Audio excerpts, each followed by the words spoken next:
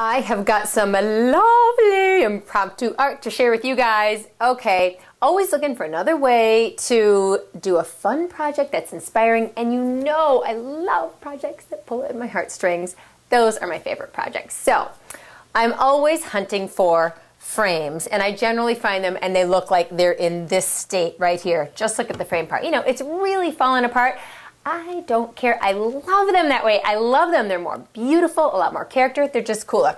So then what I do with these things, because you can find them so on the cheap, is I'll put a little fabric behind them. I don't even put a board in the back, to be honest with you. I know that if you're doing this properly, you might do that. But you know me, I'm slamming it up.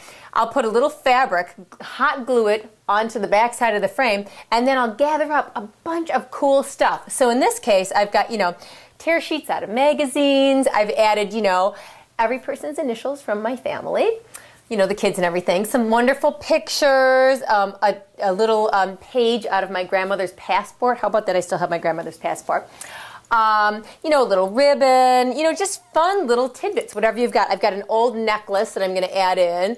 You know, just little wonderful things that you find around your home that you think are going to add just that tiny little bit of nostalgia. A drawing that one of the boys did of our family years and years ago. I've got to find a way to sneak this thing in. And you know, you just kind of monkey around with it until it kind of makes a statement that you want to make.